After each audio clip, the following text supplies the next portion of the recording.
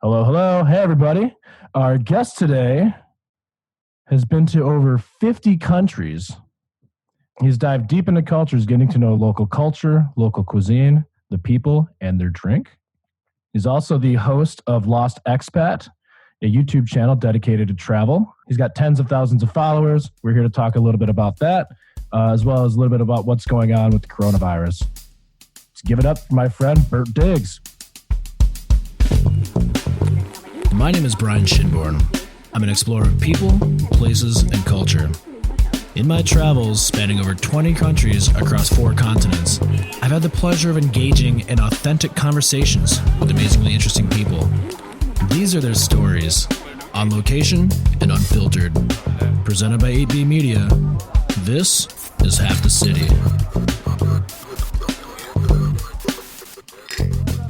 Cheers. First of all, cheers. Let's get that day drinking in.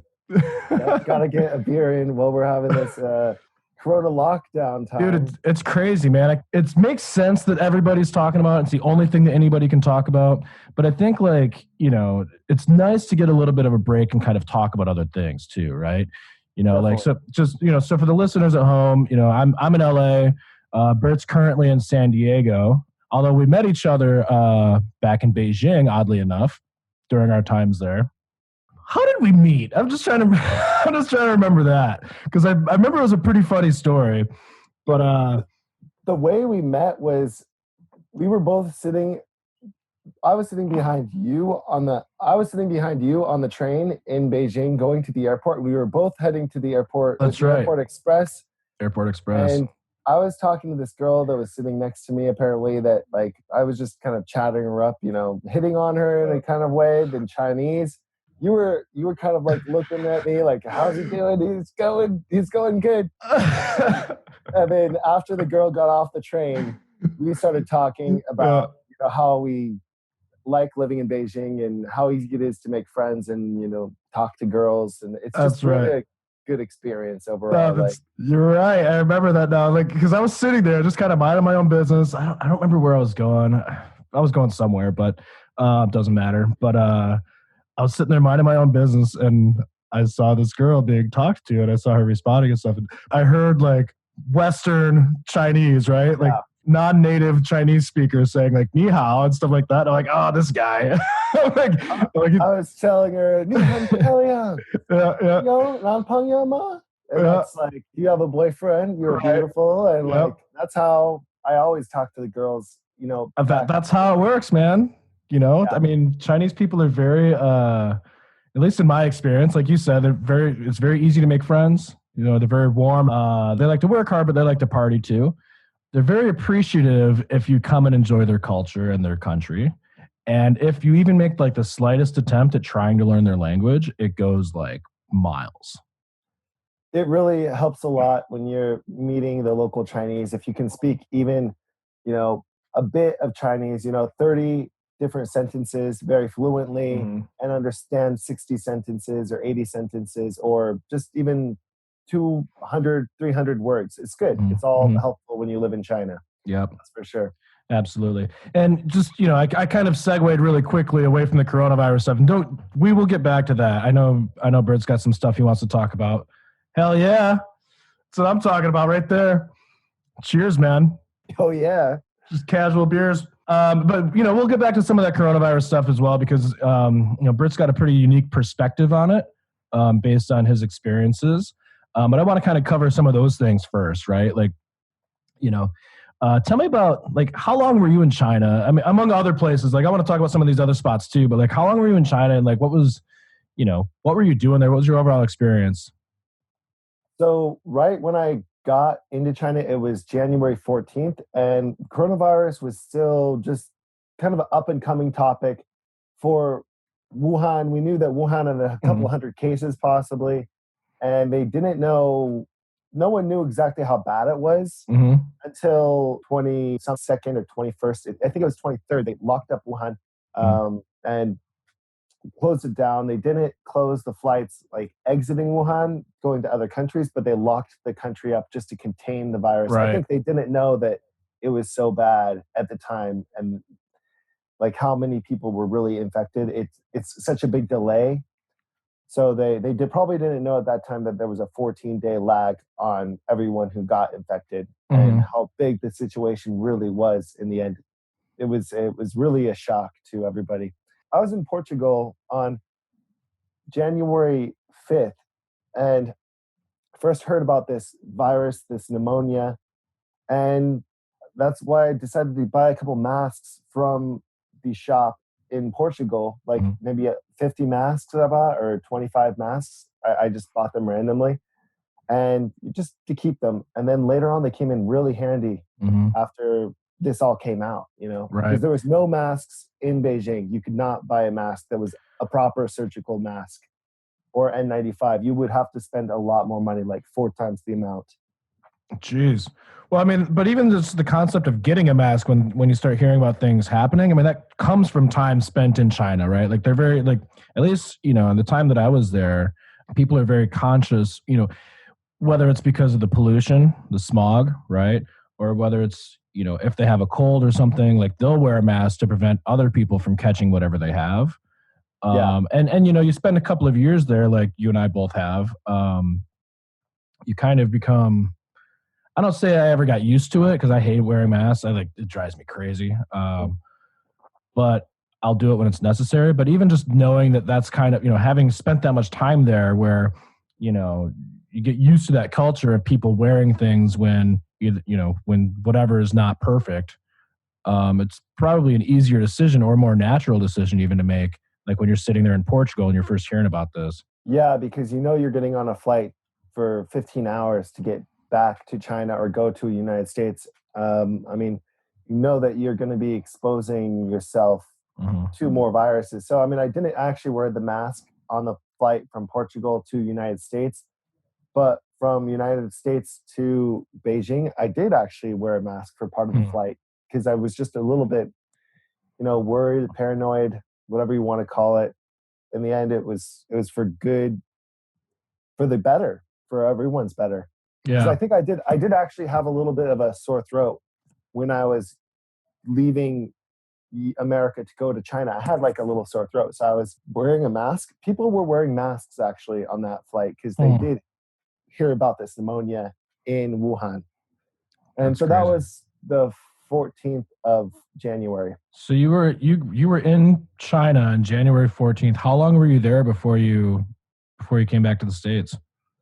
Oh, I was in China until February 6th, but I didn't come back to the States on that flight. I Okay. went to Malaysia for about Sweet. 20 days, and then I was in Indonesia for almost a month. So I was outside of China because I just wanted to get out of China. I didn't know Yeah. how bad I was going to get. By February 6th, when I was leaving, already you could only go to very select countries like Italy. You could go to Malaysia, Thailand. You could not go directly to Singapore. You'd have to wait in Thailand if you want to go to Indonesia or Australia. Like these two countries decided they need people out of China for 14 days before they'll accept them into Australia or Indonesia or Singapore. So you had to self quarantine even that early.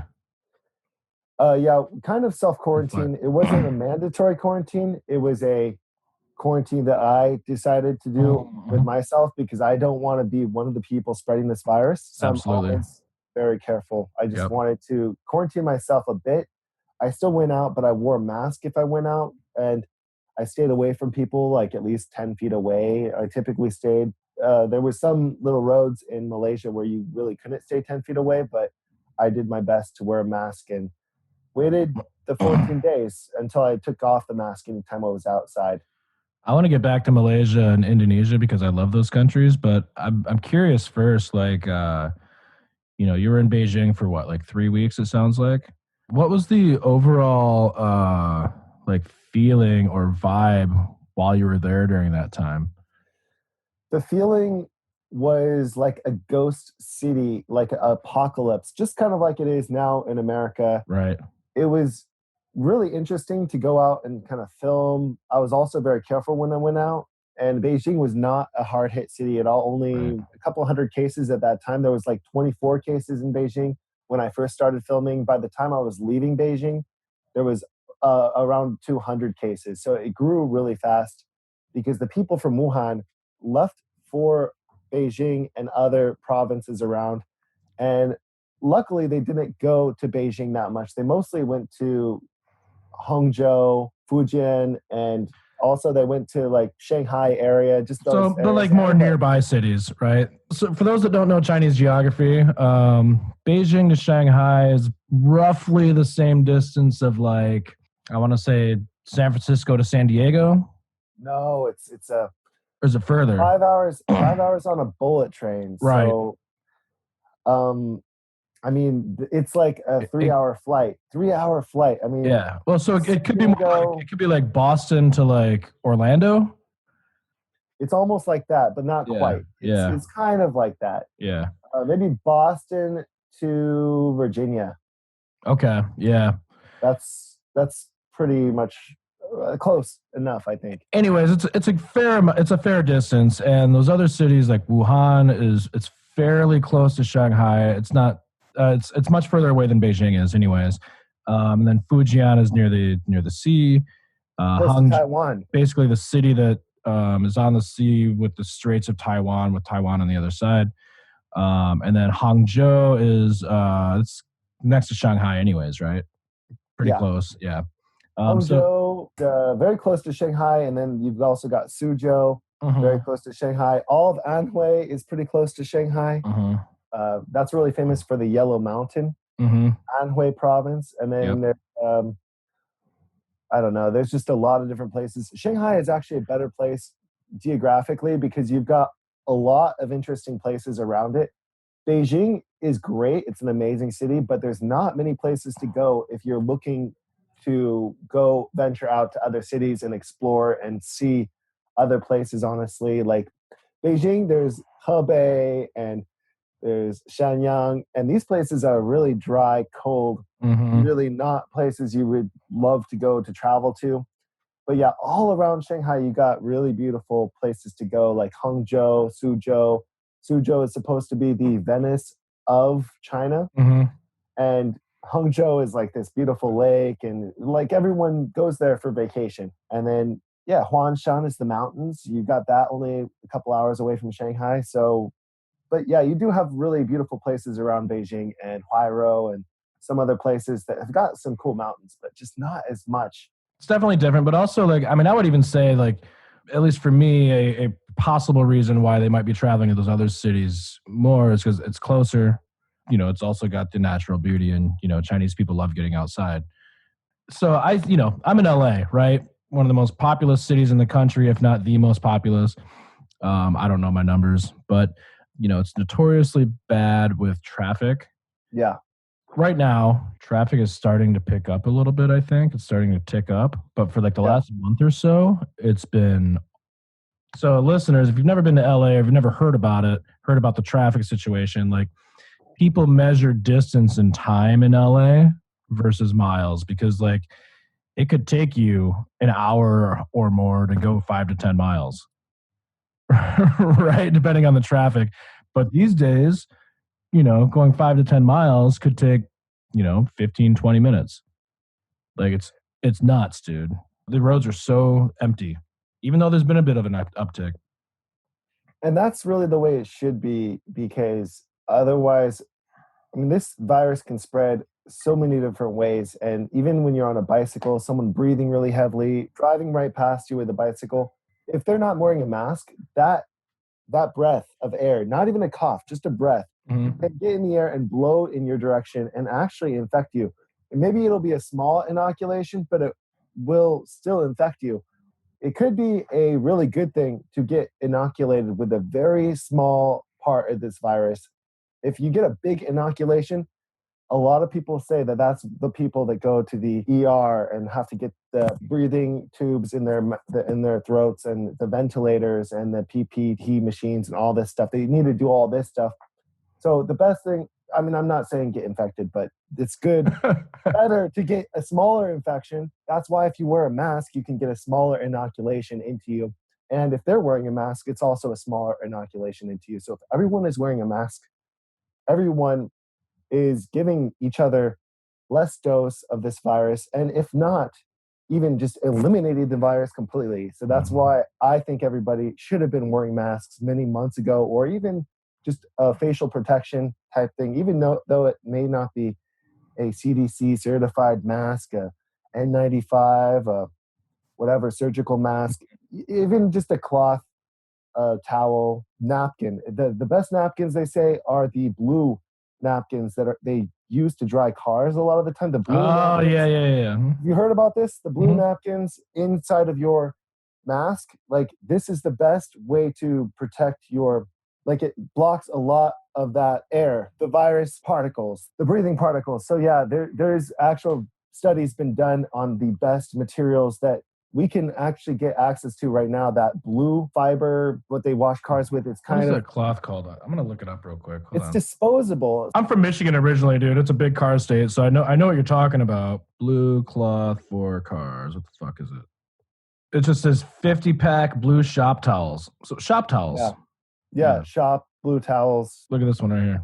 Scott shop towels. Exactly. That's exactly what they say. That's a 200-pack right there too. So that's a 200 shop towels in a box. You can just line that in front of a t-shirt or something, right? Or your mask, however you make your mask. I mean, everyone's going to make their mask differently, but if you put that in the area that's like right next to your face, you are blocking a lot of the particles, very similar to a surgical mask. And the closer we can get to having that kind of surgical mask protection or N95 protection without that little tiny ventilator, the little plastic thing that lets the air out, that's actually not what you want for this, because it doesn't protect the people around you. You don't want that little plastic thing. The kind of little it's the ventilator. Yeah, the ventilator. You don't want that one. There's N95s without that little plastic vent on the outside. Well, the N90. So I've been doing some research on this as well, because I know some mask manufacturers in different parts of the world. So I'm trying to do my part. It's not that easy. It's kind of a shit show right now as far as all that's concerned. But I have learned quite a bit about masks over the last couple of weeks because of that. And from my understanding, the N95 just basically means that 95% of particles that are in the air that you would inhale are blocked. So you're only getting 5% of whatever that is. So, whether that's a mask with a ventilator or without a ventilator, it's still the same amount of blockage. I don't know if it's called a ventilator. It's just that little plastic thing that or maybe it's not maybe you're right. Maybe it's not a ventilator, but I know what you're talking about. Yeah. It's that plastic piece where it's like it lets you breathe easier. Yeah, we use those things in Beijing when the smog is really bad, because you want to breathe in a little bit easier, but you also breathe out easier too with that little plastic thing there. And so for smog and pollution, that is the perfect mask. So that's what we were using in Beijing whenever it got to be very high PM 2.5, if it was super high, and it makes it so like you breathe out easier. You can breathe out the particles that are coming from your mouth, your lungs. But unfortunately, that's exactly what we don't want. Right, because then if you're infectious or you're contagious, then it doesn't stop that spread. Yeah, and that's the whole point. We just want to cut this thing down and make the R naught, which is the transmission level. So this one has got an R naught of one person is infected and it infects 2 to 3 people on average, no matter what we do. And if we really bring this down, we can bring that R naught down to below 1, which will make this virus go extinct. But it's going to be very hard for that, considering this virus is a airborne virus that all you have to do is breathe in a room for a certain amount of time, and you're going to infect anyone that walks in the room. Well, it's crazy how much information is coming out about it. Like at first they were like, at least the U.S. government at first was like, don't wear masks, it's not going to help. Then they changed their fucking mind. And then they're saying, oh, it's, 3 feet of distance, now 6 feet. And I read something the other day that said it can spread on the sole of your shoes up to 13 feet. Like, it's fucking crazy, dude. Like, nobody knows what's going on with this right now. The only thing we can do is, try to be safe, keep ourselves inside. And if we have to leave, make sure you're wearing a mask and gloves and sanitizing and all that other shit. Yeah, definitely. It's wash your groceries. I mean, depending on if you think they could have been touched multiple times by multiple people. I see lots of people touching the things inside without buying them. I mean, it's it's just habits that we do that we have to try to learn to break. God, it sucks, man. I miss human touch. I want a hug. I want a hug more than like anything else right now. I'm just like, come close. A virtual hug. Just give me no. I want skin on skin contact. Yeah. I had a dream last night that I kissed a girl. That was my dream. I was like, oh my God, it's crazy. Wow. I woke up and I'm like, man, I missed that. Yeah, you really don't know what you got until it's gone. Right. Like, the feeling of touch, and you could just have the feeling of you don't care about hugs and cuddles. Because you can be hard. You can be hard all you want, dude. But you're just taking it for granted. You get it. You're just like, nah. Maybe some dudes are like, oh, I'm so hard. No, don't touch me. No, get the fuck out of here, man. When you can't be touched, that's when you want to be touched. Doesn't take a fucking hard ass man to fucking turn that shit. I'm a hard man. I was a fucking 50 caliber machine gunning Marine, active duty, and I just want a fucking hug, man. I want a hug. Yeah, I know what you feel right now. I mean, the things that we go through, like when we're with the significant other at the time, and we've had too much of them and too much of that amazing special time with them, and then go for a 1 month without them, or whatever. Then you've got literally, you could go for anything. Like you're just so desperate for affection, thirsty, dude. I was hanging out. So I'm managing a Chipotle right now in Beverly Hills. It's kind of my side hustle, keep my finances stable while I work on my other stuff. And this old lady came in, and actually so first of all, super fucking slow. We've lost like 60 to 75% of our business. But secondly, like the people that are coming in the last few days have been so like, they just don't want to leave. They just want to have a conversation. Yeah. I think this 60, 70-year-old lady was like flirting with me. Yeah. And she's just like, don't you think this is all overblown? I'm like, no. I'm like, we've got to take care of people. We got to stay in. We got to keep the distance until everything. Yeah. She goes, I'm almost 70 years old. She's like, I don't care if this thing kills me. I'm like, you could have like 30 more years of life. Are you kidding me? Like, come on. Especially in this day and age, like you can literally live to be 120. If you're 50 right now, you might live to be 120. They might come out with some machines that can just rejuvenate your cells. You never know. So the thing is, I don't think the people like Elon Musk or Bill Gates, they're not going to die early. They're going to be 120, 130, if not. Oh, they're going to be immortal, dude. They're going to live forever. Yep. They're going to find a way to like put their brain into like some sort of like robot contraption, like the Teenage Mutant Ninja Turtles. They're just going to fucking live forever. They will definitely be progressive on the finding of helping them live for a longer time. I mean, maybe not Bill Gates, but I think Bill Gates, he might want to live forever. I mean, he's got enough money. Why not? Just one person.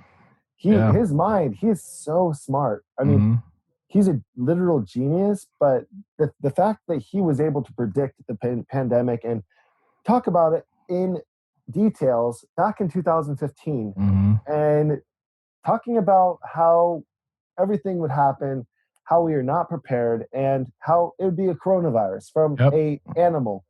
He didn't say bat, but he said everything else was pretty much directly correct. And this could have been from a bat or a pig, or I guess a one of those armadillo-looking things. Pangolin. Yeah, well, whatever it's called. Maybe. I don't know, man. Like, I don't want to conspiracy theorize too much, but like, from what I'm kind of gathering, like just my hunch based on the information that I've read over the last couple of months, it doesn't feel so much like it was a wet market thing. It feels more like, in those virus, the CDCs in Wuhan, the Wuhan virus lab or whatever it's called, in Wuhan, they're both fairly close to each other, and they're both, 100, 200 yards away, something like that, from the wet market that they blamed it on. Yep. I wouldn't be surprised. I'm not saying it's a man-made thing, but I wouldn't be surprised if they were researching coronaviruses in bats and somehow it got out. Yeah. Like accidental or on purpose. Like I'm not playing that game. Like I'm not going to sit here and think like China did this on purpose to fucking like bring the world to its knees and like take over. I'm also saying that, if it was an accident, they sure as hell are taking advantage. I mean, that's just my impression. I mean, they suppress information like they always do. And now suddenly they're trying to be the heroes and, maybe change the world order, that kind of stuff. And send people to other countries to help out with this whole pandemic, which is good. That's a nice thing of them to do. But it's good. I think, I wish that we did take it more seriously back in early times of January. And I guess it was really unforeseeable that it would come to this, and how it could be 14 days dormant in your body and spread and get so infectious and so contagious with the people that you come in contact with. Even though you have no symptoms, it still is going to be giving you, all the people around you, presents they don't want. It's the gift that keeps on giving. I mean, 3 weeks ago, if you told me, hey, Robert, I got a present for you, Corona, man, 3 months ago, I'd be like, yeah, baby, I'm going to get a 12-pack of Corona. Yes, sir. Present. And now it's definitely not a good present to get. I sit there, I just think like, I remember in like December, I'm going, all right, 2020 is going to be the year.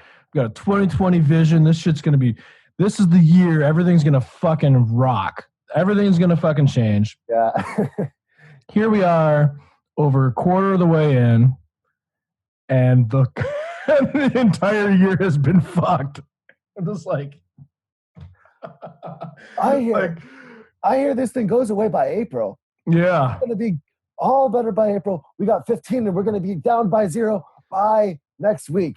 It's going to be 0 by next week. It's going to be magical. It's going to be as if this never happened. Yeah, right. Dude. So LA, I don't know how San Diego is, but LA is like, I guess California in general is shut down till May 15th for sure. But dude, I tell you what, based on, did you hear the governor's press conference the other day? He's talking about the criteria to reopen. Yes, he's saying that we have to wear masks. If you work in the restaurant, you got to wear a mask and maybe a face shield and gloves and whole new procedures. Like, we're not opening up in the way that we think we're opening up. We're going to be in a bio containment center everywhere. It's going to be a safety zone, but like exactly what we should be doing. How he's doing it is the safe way, and the safe way is the best way when it comes to this virus.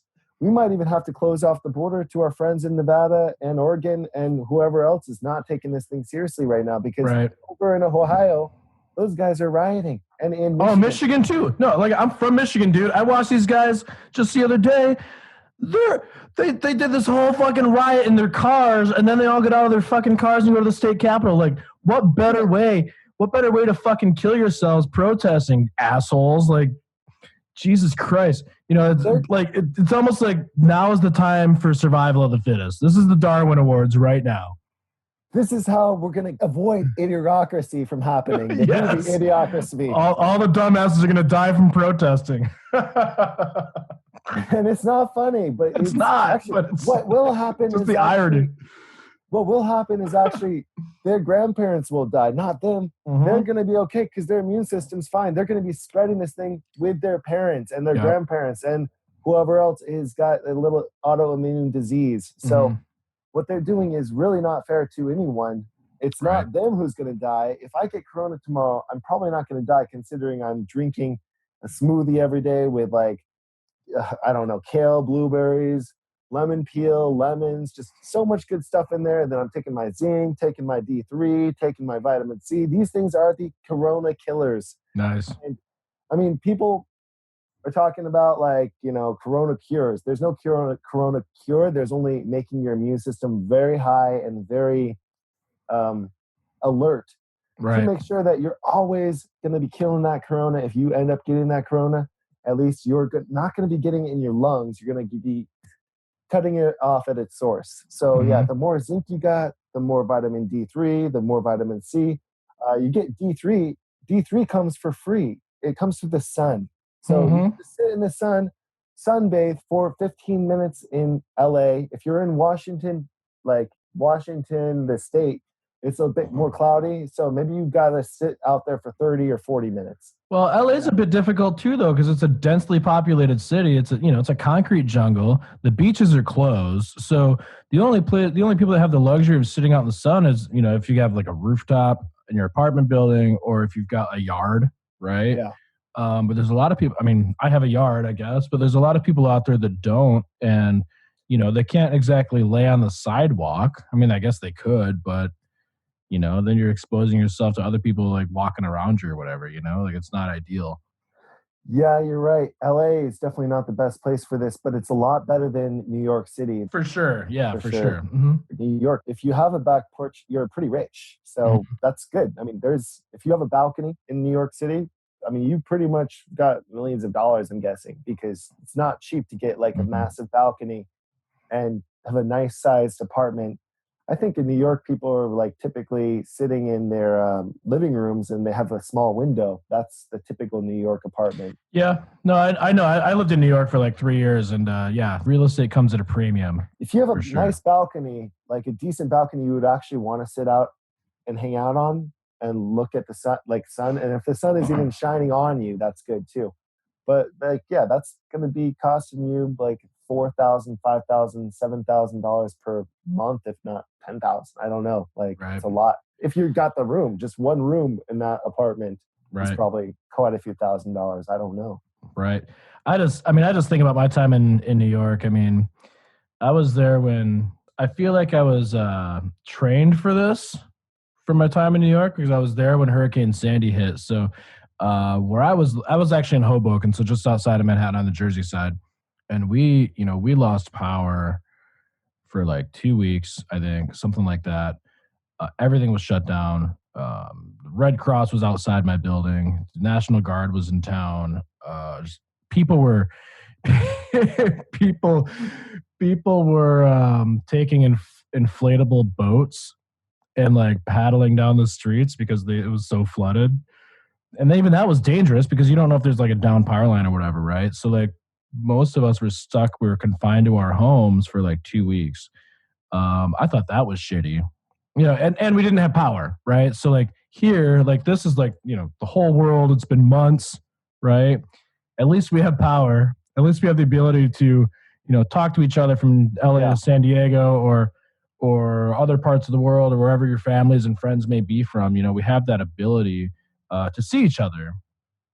But I mean, just imagine if it was like a global hurricane, right, where power was knocked out all over the globe, for like a month. Like it's just fucking crazy. No, it's really crazy, and the fact is that when we go out and we get coronavirus, we may need some medical attention, and we end up overwhelming our hospitals, and that is what really kills a lot of people, because people need the hospital not just for corona, but for other normal procedures, and people can't get their normal procedures done, and that is also what's killing people. People need their x-rays to make sure their cancer is not getting bigger, but they can't go to the hospitals now because corona is infesting the hospitals.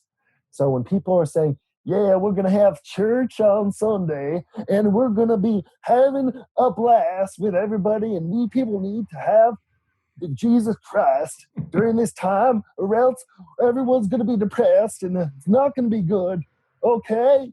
No, I mean, we need to all stay home and not go to our Baptist church in Louisiana or Florida or Ohio, apparently. I mean, these places are all having their church service, worship God, and that's really good.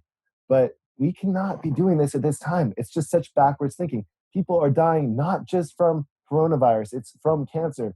Somebody died in my family today because they couldn't go to the hospital. They were more scared to go to the hospital and get coronavirus than to go to the hospital to get themselves fixed up. And someone died this morning in my family. My aunt died because she told me last week, I can't go to the hospital right now because if I go, I'm going to get corona and I'm going to infect the whole family. Yeah.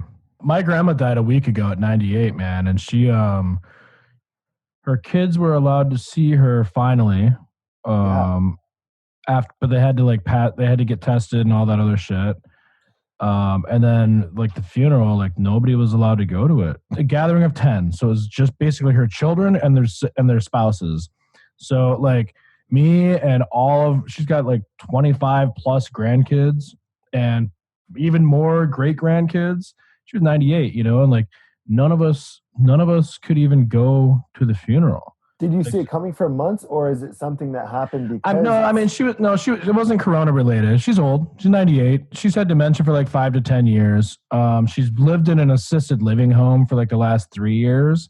So, we knew it was coming, but then apparently like what had happened was I think she got pneumonia but the doctors are like, no, we don't think it's Corona. Maybe it is, maybe, so I'm like, what the fuck? Corona. Like Yeah. maybe it was, maybe it wasn't, right?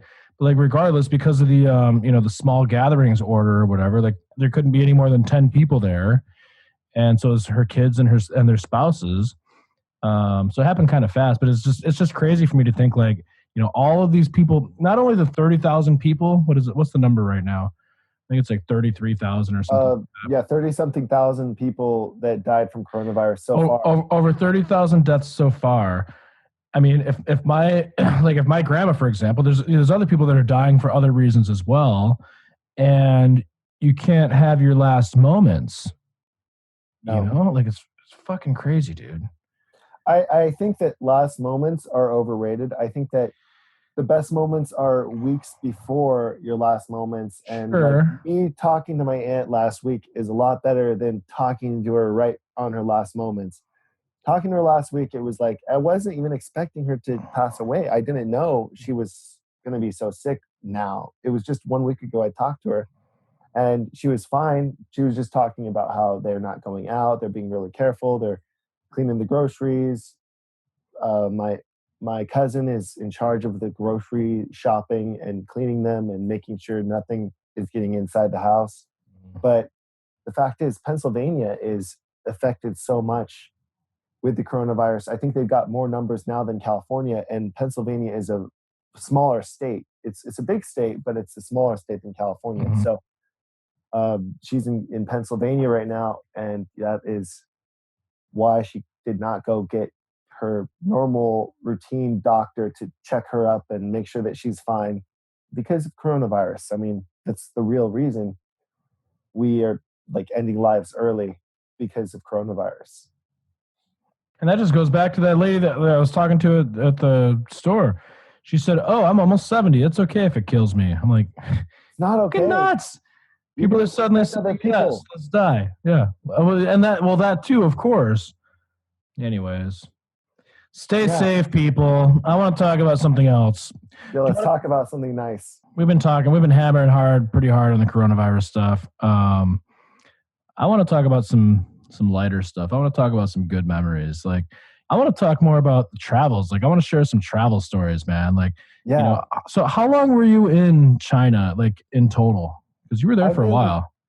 Yeah, I've been living in Beijing for almost 10 years. It's coming Wow. up on 10 years now. So, yeah, it's actually a full on 9 years, but yeah, almost coming up on 10 years. And I really love Beijing as a city, and coming there for vacation is also really fun. That's how I originally fell in love with the place because, going out, clubbing, you never know how your night is going to end. It's the most exciting thing to go out, and you just don't know what will happen.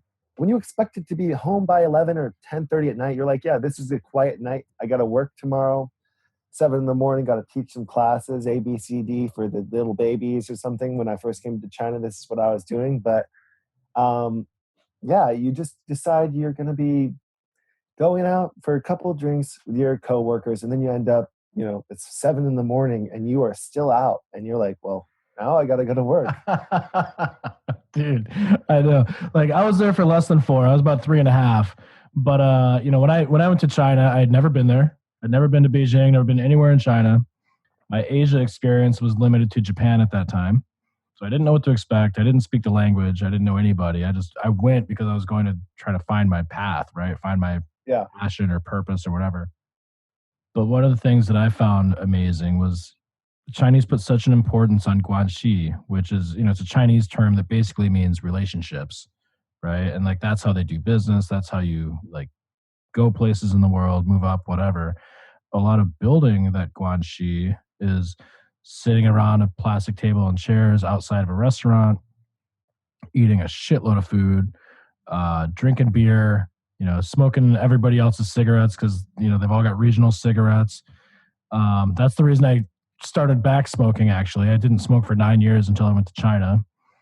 Now that's a habit I got to kick again. But you got to play with them, right? You got to play, and you're eating, drinking for hours, smoking cigarettes. Eventually, the baijiu comes out, the Chinese rice wine. Especially at those weddings, you got a lot of baijiu with those grandmas that want to drink with you at the weddings. Like if it's an old grandma, of course you're going to drink with the old grandma. Like she only drinks every year and she's having a great day to that day, and you're going to tell her you're not going to drink with her. So yeah, you have to drink the baijiu. I've never actually been to a Chinese wedding in China. How is that? Like when you first get to the wedding, everyone is a little bit awkward and not really feeling really that like friendly. And then right about after everyone does like the first 3 toasts, they start warming up to you. And as the only Lao Wai, the only foreigner there at the wedding, you're getting asked to drink with everyone. When I say everyone, I mean everyone. So you got to tell them, oh, 少一点那个白酒太基督太高了. That alcohol is too high portion. I need to get less. Yeah, like basically give me a small shot because alcohol is too high and I'm going to get super drunk. Yeah, and then those grandmas are saying, no, ganbei and like full glass and drink it all. That's what the grandmas are doing to you. And you're just like, oh no, this is not good. After about 20 shots of baijiu, 58% alcohol, right? You're feeling pretty ripped.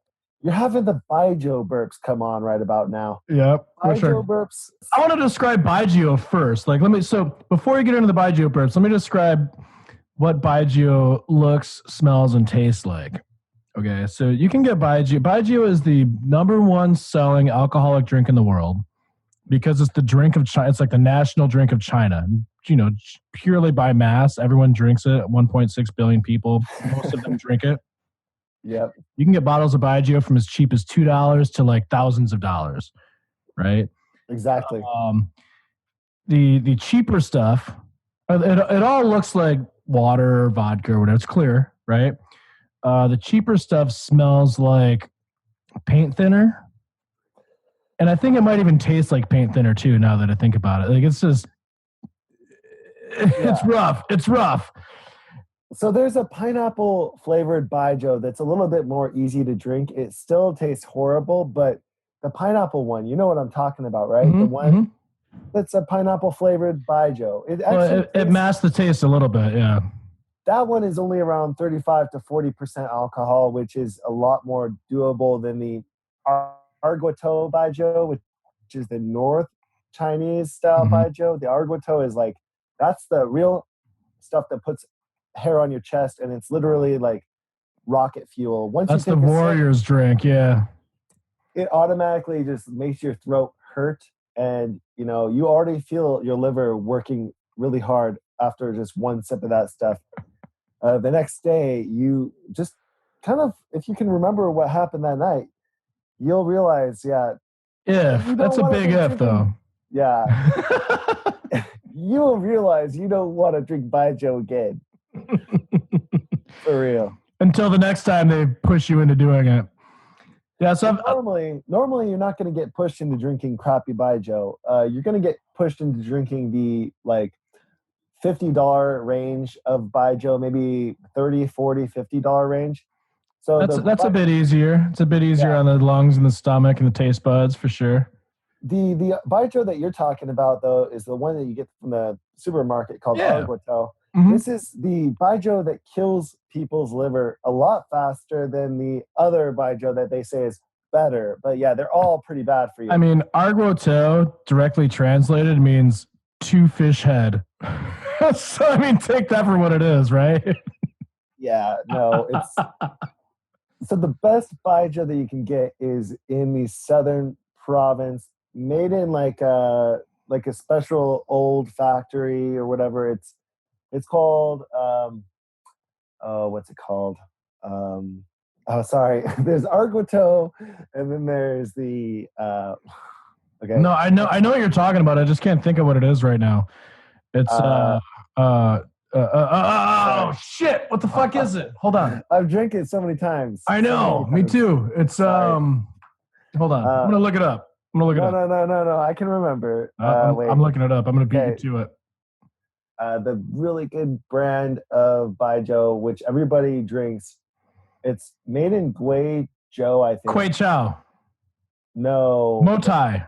Maotai. It's called Maotai. Yeah, Maotai.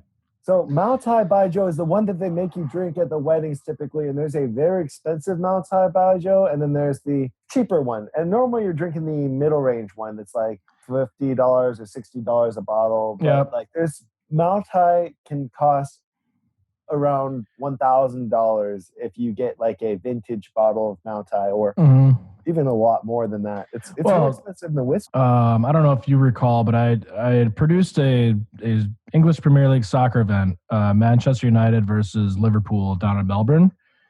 Then after that happened, I was working on putting on another event just like that in Huizhou, which is right next to Shenzhen, next to Hong Kong, like that area. Yeah, Guizhou. Hui with an H. Huizhou. Yeah, Huizhou. Oh, wow. Okay. Yeah, Huizhou is like right next to Shenzhen. It's kind of a suburb of Shenzhen. Anyways, I went down to visit this guy, this investor guy, like 4 different times. And he owns like a bunch of different hotels and a bunch of businesses and shit. Cheers. Cheers. Boom. And every time we went down there, he treated us to lunch in one of his hotels. So we had free Chinese food, but he also kept busting out this type of baijiu. It came in a box. You had to open the box, and it was a ceramic bottle with a seal that you had to crack. You had to like crack the seal to prove that it's real shit and it's not like bathtub baijiu. I know. That's bad. No, but that's high quality shit though. You know what I'm saying? Like you got to crack the fucking ceramic seal on the top and then you can open it. Yeah, you gotta make sure that's real, because in China they got little factories. There's fake alcohol everywhere, man. Yeah, it'll make you blind. It's like India and China both produce a lot of fake alcohol. Yep. Even beer can be faked, and it. Oh, dude, die. Dude, beer. I can't even. I heard so much about Yanjing is like the Bud Light of China, basically. But actually, Qingdao is the Bud Light of China. Okay, so Yanjing maybe is like the Bush Light or something. It's like it's not that great, but it's all over the place. It's cheap. Like you get these big like 1 liter bottles basically. And I heard that there's so much counterfeit Yanjing that nobody even knows. The retailers don't even know what's real and what's not. So like there have been multiple times where I'd buy 2 bottles of Yanjing, right? And I'd take a sip of one and I'd take a sip of the other one after the other, and they taste completely different. Yeah. Fucking nuts, dude. But like they just don't produce the beer very well. Like it could be 3.3% to higher. That's what they say on the bottle. Like, so for Chinese alcohol, they don't measure the amount of alcohol. I think they just throw the stuff in there into the batch, and then whatever you get is what you get. You know, sometimes you can get a really good Yanjing and Qingdao, and then another beer could be so bad and really awful tasting you cannot even drink even 2 sips of it because it's just so nasty. Yeah, but Qingdao is a little bit more consistent though, because Qingdao beer comes from the city of Qingdao, which was once a German. I don't know if it was a German port or there was some German control there at some time. So Qingdao actually plays and acts a lot more like a German city than it does a Chinese city. Yeah, Qingdao is a really nice city to visit in China and very touristy. And they do have some touristy architecture. Some of it is fake and some of it actually is real. Like the church, I guess, is real. Apparently, it is like from the early 1900s. It was around in like the Boxer Rebellion kind of era. So actually, Qingdao is made all throughout China. It's not just made in Qingdao. They make it all around. So it's not. Right. so it could be faked and it could also be made for real. It doesn't matter like which beer. It's better to drink the local beer when you're in China because you Mhm. know it's more likely to be really made there because it's cheaper if it's Mhm. locally produced. They don't have to import it. Like a lot of fake beers are Qingdao actually, because Qingdao is a Hmm. more desired brand. So if a factory is going to make a beer, they're going to make Qingdao. Hmm. So you're actually worse off getting the Qingdao if you're in a city that's in like Xinjiang, or a city that's in Inner Mongolia or Dongbei, like Heilongjiang and these places. You're a lot better off getting the local beer Mhm. over the Qingdao beer because Qingdao could be made by the factory because Qingdao is a brand that they really like to capitalize on these fake beer makers. And the beer could be fine. You could drink fake beer and you'd be fine. But one out of 100 batches or one out of 1,000 batches are going to be the beer that has got a little bit too much formaldehyde Mhm. that ends up killing some people. Mhm. And there's been foreigners that have gone to these countryside places in China that drink the Qingdao and they just have the worst hangover after just drinking 5 or 6 Qingdaos. It's even the same with being in a place like Beijing. Like you go to there's huge clubs in Beijing, right? And they're all right around the soccer stadium. They're all like literally right around the soccer stadium, and they offer free alcohol, free liquor to foreigners. And 9 times out of 10, that's fake shit, and you wake up with the worst hangover ever. Yeah, that's not a good idea to get the alcohol from them. You can get Don't one drink the drink. free booze. it's Yeah, it's you could free for a reason. Yeah, you could get 1 or 2 drinks, but you will feel it in the morning. But don't Mm-hmm. be drinking that one all night. You will feel it for 2 or 3 days. So, like, I would say that yeah, 2 drinks from the free place, it could be okay if you're just drinking the rum. The Yeah, Bacardi is maybe not it's fake, fake. is No, what it's some of fake. the promoters have said. Like the Bacardi, They said if maybe it's not. fake, We don't know.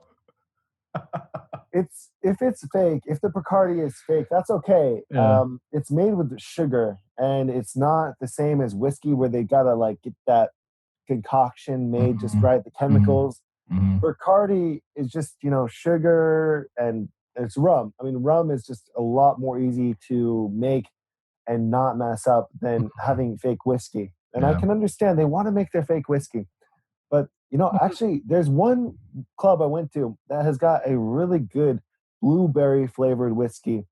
That is one that doesn't give me a hangover, and it's free when Where you go at? there. So there's a club called oh wait, what's it called? Okay, it's been a while since I've been there. Elements? Gonti Gonti Shimmer. So Gonti Westgate, Yeah. and That's where most of the clubs are. So I'm thinking like sorry, Elements, it's Circle. I'm gonna Uh, It's not Circle. It's next to Circle, though. It's the newest one, like very oh, new. I guess I don't Um, know that one. you probably have been there I've been before. away for 2 years though, dude. So I mean, if It's been around for 2 years. It's been there for okay, 2 years. okay, So, anyways, sorry that I can't remember the name, but no worries. uh, it's the same place that Live used to be. It's called Live, I think. Mm-hmm. They remodeled it and turned it into a new place. Mm. And so Live was the biggest club in Beijing for that short amount of time. It's just like who has the biggest club is the best. Right. So yeah, Live Bar was massive. And now that they reopened it again, rebranded it, I guess a new owner or something. And yeah, it's called something else. And that is the place where foreigners can actually get a free drink and have a whiskey that's blueberry flavored whiskey. It's a bottle that's made, I think, in Taiwan or China. It's a Chinese whiskey or Taiwanese whiskey. It's really good, though. Anyways, it's a really off topic thing. It's pretty silly to talk about a blueberry whiskey in one club in Beijing. But it's okay. Very niche market right there. Exactly, but I mean, if you can get 1% of the population in China, you're fucking made, right? Like that's what people always say. But no, so we went off on this little tangent. But I'm sitting here thinking like the whole thing about that was like this guy treated us to lunch and baijiu. They had to crack with a ceramic, like the top was ceramic, and he had to crack it with a hammer, kind of thing. And he would go around from person to person. Like we had a table of the big round table, right? With a lazy Susan kind of thing in the middle, like you so often see in China. right? So you can move the food around. There's probably like 10 people at the table, and he's just going from person to person to person, just like shot. And but like before we do the shot, he would say a little something nice, like, "Oh, I'm so glad you're here. You know, you're a vital part of this thing." Blah blah blah. Shot. All right, next person. "Oh, I'm so glad you're here. You're part of this thing." Blah blah blah. Blah. Shot. Just boom, boom, boom, boom, boom, boom, boom. Then he makes his rounds, and then the next person, like the person who was right, starts making his rounds. And then the person after that makes their rounds, and then it's just a whole fucking circle. So like, you know, you get every single person is just getting fucked, you know, and it's one of those, it's one of those things that I've experienced in China, at least. I mean, I'm sure you feel the same way, maybe not, but like in China, in America, it's like, if you're the guy that gets too drunk, you're that guy, right? Yeah. You're the guy that nobody wants to be. In China, if you get really fucking drunk, that's like a badge of honor. Yeah. You know, like they respect you for but they respect you for it. They respect you for it. They want to keep you around. They can trust you more when you can get drunk with them and like hang and not give away cigarettes. Like they're going to the whorehouse and gonna go do their things at the whorehouse, and everyone's gonna keep their secrets, even though everyone's got a family at home. And it's kind of a trustworthy thing. It's just in general, this is a lot of Asian culture, like Japanese and Chinese and Thai and whatever, Korean and whatever. Well, I mean, I even think of it like this, like growing up, I've got two brothers, right? Growing up, if me and my brothers did something naughty or bad together, then we had that on each other. And so if one of them tried to tell on the other one, like, "Oh, well, I can do this too, or I can do that," you know, like, fuck off. Don't say a word because I can tell on you about that. Yeah. You remember that time? You know, like it's kind of like that, I think, you know? Exactly. Like I got one finger pointing at you, but three fingers are pointing right back at me. And exactly. We're all fine because we're all going to be in trouble if we give away any secrets. You know, they can trust them when they got secrets from them. You got dirt on each other, you know you can move forward. Exactly. I want to talk a little bit about some of these. I love Southeast Asia. I want to just talk about that. Dude, I've been looking, like the last week, I've been looking at like cost of living of places because I'm just like, once this shit all blows over, I'm just going to fucking move to a fucking island in Southeast Asia. But, you know, so I'm like looking at different spots or whatever. But like, you know, you've spent significant time in Southeast Asia. Yeah. You've made some videos about like Myanmar and Malaysia and other places, Vietnam, I'm sure. I'm just kind of interested in like, you know, where have you been, and like tell me your kind of impressions of each of these places, because it's fantasy time since we can't go anywhere. Let's fantasize about these places. Yeah, I mean, so to break it down, you got Southeast Asia, which is probably one of the most diverse places in the world for having like so much cool, great food that's original, that's unique. The epicenter is Thailand. Like Bangkok is the melting pot of Thailand. So yeah, Bangkok is great for the food. And then you got Cambodia, which is also a cool place to go. At least quite a few years ago, it was a really awesome place to go. It's changed a lot, so I can't say that it still is the amazing experience that it used to be. But yeah, Vietnam is still amazing. It's probably the second best food in all of Southeast Asia. Just like amazing, absolute gourmet French food and Asian food mixed together in a melting pot. So don't get me started on Southeast Asia. I really love I am getting you started on Southeast Asia. Let me ask you about Cambodia. I've been to Cambodia. Okay. I spent since you went there 5 years ago. 5 years ago. No, 5 years ago I spent 8 days in Cambodia. I love Cambodia 5 years ago. Well, let me tell you. I spent 4 days in Siem Reap, where Angkor is, Angkor Wat, whatever. That's a good amount of time. Yeah, Angkor Wat's a great place. That's about as much time as you want to spend in Siem Reap. I started running out of shit to do. Yeah, it's got some fun like bars and stuff, some pubs. Yeah, Bar Street. Yeah, sure. I've got plenty more to talk about when I put out my story, which I'm working on about that stuff. But like Phnom Penh, the capital city, I spent 4 days there as well. And that was a completely different experience for me, man. It's a little bit dangerous there, but like if you just watch your back, kind of like South Oh, America, you're gonna be fine. well, like the minute I fucking landed, dude, like I was taking a tuk-tuk from the airport to my hostel, and I just felt like everybody was looking at me like they're either hungry or they're plotting something, you Yeah. know. And sure enough, my phone got jacked in Phnom Penh. Like I'd already been through Southeast Asia for like 2 months, and then Phnom Penh of all places, my phone got jacked. Yeah, no, it's definitely like the South America of Southeast Asia. It's a Mm. little bit wild west over there. I don't know another place that's got so much stuff going on as far as crime goes out of all of Southeast Asia. I mean, there's some pockets in the Philippines that could be not so good, honestly, and Yeah, but even Vietnam could be bad in some areas, yeah, in some cities, and Thailand too, and everywhere's got some pockets, but but Phnom Penh, Cambodia is unique though, and here's why. Like, if you understand the history of Cambodia, right?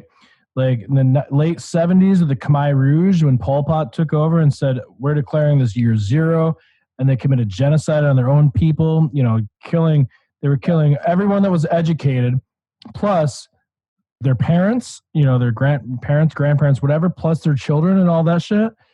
Um, to quote Pol Pot, it was something like completely killing the tree from branch to root, right? They eliminated an entire multiple generations of educated people, So like, I feel for Cambodia.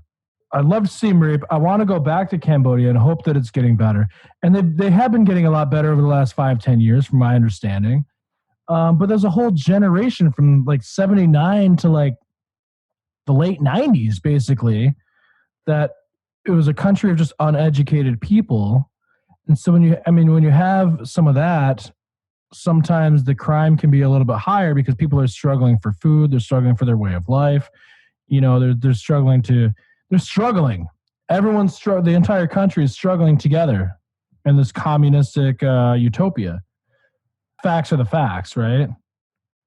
I was just going to talk about these days, Cambodia is changing and it's not in a good way.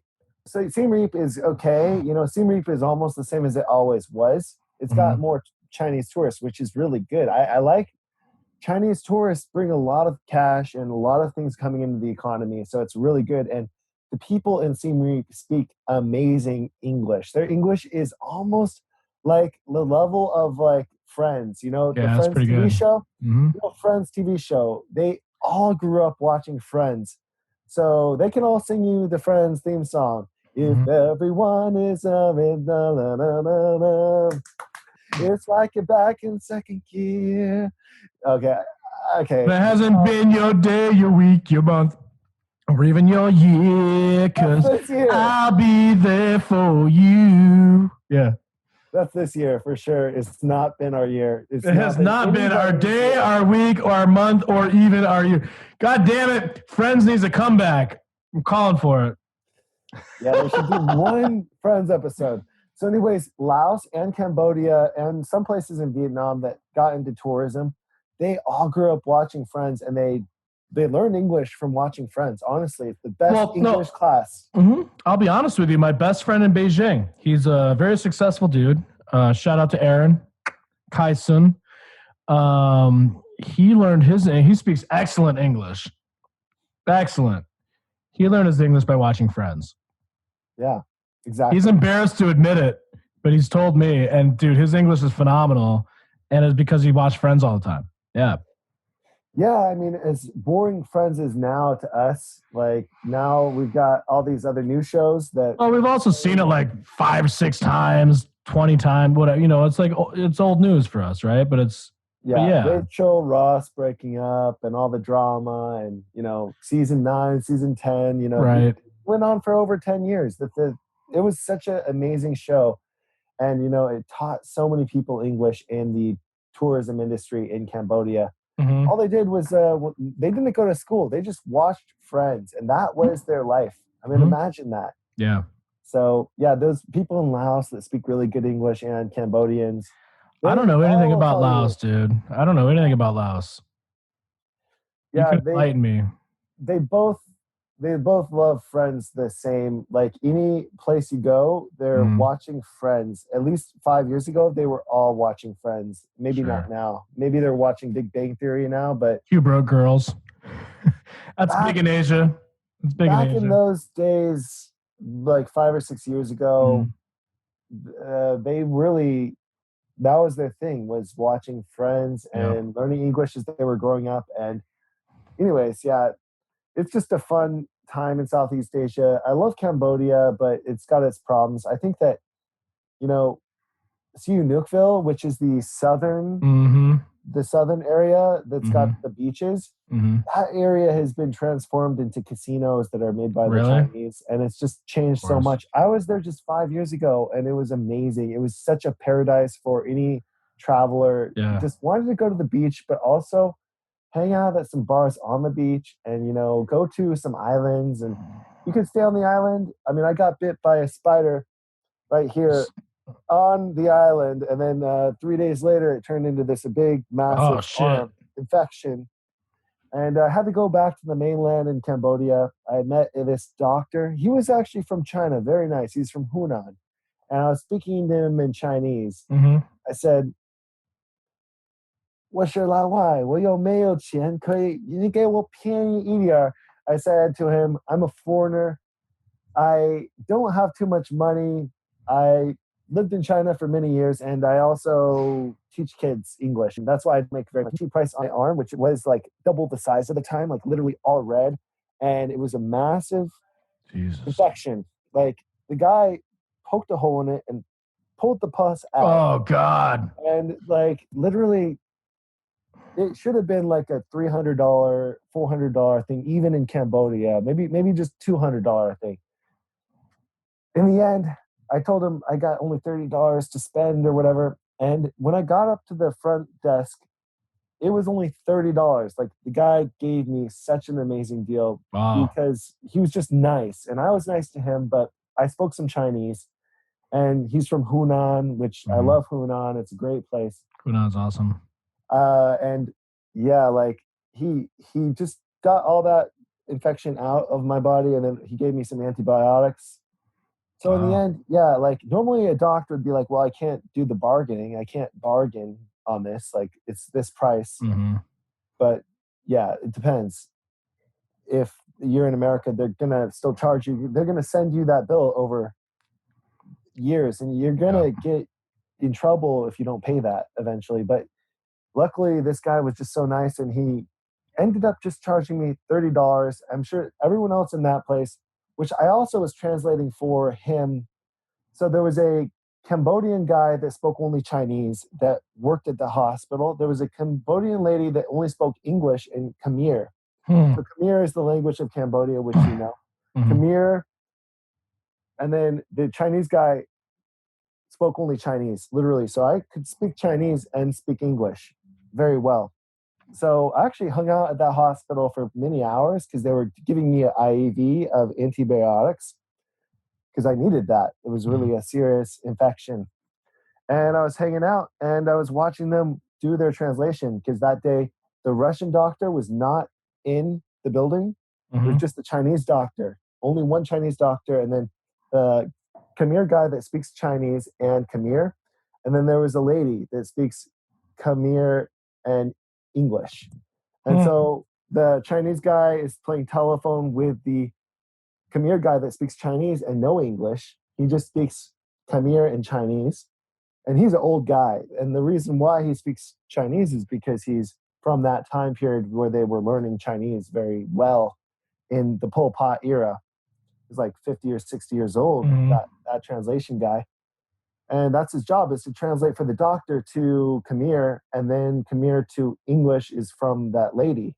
So this is a really complicated telephone game of languages. So imagine, go from Chinese to Khmer, Khmer to English, and then someone who doesn't speak English as a first language to translate to another foreigner that's not even, their main language is not English. All these different translations. And then this guy is Dutch. So his language is English and Dutch. So let's say. So yeah, it's just a big telephone game. So I was able to bypass while I was in there getting my IV done. I was able to translate for the Chinese doctor and get it straight to the guy that's going to be, um, you know, getting that operation done. I was watching this whole mess go on, and it was Great. very hard because the girl that spoke Khmer to English was not that good at English, or just the translation was not making sense. So I was able to come in and actually be the translator for that day. I think that's one of the reasons why they gave me a little bit more of a break on the discount, because I could speak some Chinese. So they liked having me around. So how is your Chinese level right now? Just out of curiosity. Definitely a lot better than it was 5 years ago when I did do that translation type thing. Yeah. But yeah, it's not the best, but it's not bad. I mean, it's always getting better when I'm in China, and when I'm out of China, it's 还不错. You know, 还不错 means, of course, your Chinese is good. I mean, some Chinese. Dude, everything I learned on the streets. Exactly. I learned on the streets too. I think that's the only way. I learned on the street. I got the streets Chinese, man. I'm a hood ass Chinese language speaker. I love that. Anyways, I hope that you like that story of that's the cool crazy, translation scenario that literally doesn't happen that much. So what's interesting to me is you've got this fat ass elbow from who knows what the fuck. Yeah. You got 4 different people that speak 1 or 2 languages, kind of, and you're kind of like the linchpin to make it all happen. Like that's fucking crazy, dude. Like I appreciate that. Yeah. Yeah, it can happen, man. I think it was a centipede. The doctor was saying that it was a centipede, possibly. Like you can sleep in a place and, you're laying down and it's inside the sheets, the spider or centipede or whatever it is. But I think it could have been a centipede.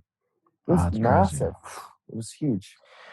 I remember my first night in Malaysia. I went to Malacca because my roommate in college, my freshman year of college, was from Malacca, Malaysia. And so when I was backpacking, I visited him, and he showed me around a little bit. And the first night, I woke up the next morning, and my eye, I had like this thing on my eye, was just like bubbling out, right? And I'm looking at him, I'm going, dude, what the fuck? What am I doing, man? Like, what is this? Like, it's crazy. And he goes, oh, he's like, I know that. He's like, yeah, I'm going to go to the pharmacy. I'll be right back. And he gives me this fucking drop shit. I had no idea what it was. I'm like, what the fuck are you giving me? Like, this is one of, I wasn't a very experienced international traveler at that point. I'd been to a few countries, but nothing too crazy. And he's like, no, just take the drops. And I go, okay, that's fine. I'll do it. And I had still to this day, I have no idea what it was, but whatever the fucking drops were, that shit worked, man. It was crazy. Worked really well. But like, it made my eyelid like go, it was like fucking just blew right out like a balloon. Yeah, it's crazy. Was it from an insect or from something else? I don't know. I'll never know. I wanted to go to Malacca so bad, actually. I really, I've only been to like Kuala Lumpur, Penang, and I think that's all I've been to. Really. I've been to Malacca and KL. KL's cool. Malacca's cool. I'd like to check out some more spots in Malaysia, but I haven't yet. I've been to Langkawi too. Langkawi's cool. You've been there? No. But I've heard from a lot of people that I've met and stuff. They're like, oh, you have to go to Langkawi. It's like that little island just at the border of Malaysia and Thailand, right? Yeah, it's like there. And it's also kind of it's kind of like the Hawaii of Southeast Asia. Yeah. Is how a lot of people put it. But after going there, I think I agree with that. It's like the Hawaii of Southeast Asia. Yeah. Nice. Hey man, it's been so great talking to you. We've talked about a lot of different shit, Corona, travel, and all this other stuff. Hopefully some of these listeners got some stuff out of this. But I think we're at a pretty good point to stop right now to end this, to wrap it up. Anything you want to plug real quick? I hope that everyone stays safe here during this Corona time, and you check out my channel, LostXpat, and I talk about lots of healthy things you can have to fight coronavirus, plus a lot of travel tips. And I mostly travel when it's not Corona time. It's a special time right now where I feel like it's an emergency, and I need to educate people as much as I can to be alert and do the right thing for your family and friends. And that is not just to stay home, but the things that you can do after we open up our country again, which is, promoting to wear a mask and, keep your vitamins up high and keep your health up high to make sure that you are keeping your immune system in a good place to combat COVID-19 if you end up getting it, which could happen to anybody at this point. Right. And in case anybody's looking for an outlet, get away from this whole thing for a minute. What is you said LostXpat, but how do you spell it? Like, what's the YouTube channel exactly? Is it EX? LostXpat. Got it. So with no E. So LostXpat without the E. There's no E there. But you can also find it if you put the E on accident, just type in LostXpat. I put many different playlists around in YouTube, so you can find it no matter what you type. But yeah, LostXpat is how you find my channel the main way. And I'm going to be opening up a lot of other channels and just trying to focus on other content that is going to be maximizing everyone's life, hopefully. Right on, man. Well, hope you're staying safe. Hope your family continues to stay safe. Same with everyone else out there. Appreciate the time we've spent together, and it's going to happen again. Bert Diggs, everyone. You've been listening to Half the City with Brian Shinborn, presented by 8B Media. Be sure to subscribe to this podcast, share it with your friends, and leave a solid 5-star review to ensure these stories get spread far and wide. For more information, as well as to listen to other shows, including Relentless, a survivor's search for passion, purpose, and inner peace, and Beyond Relentless, be sure to check out 8bmedia.com. Thank you for listening.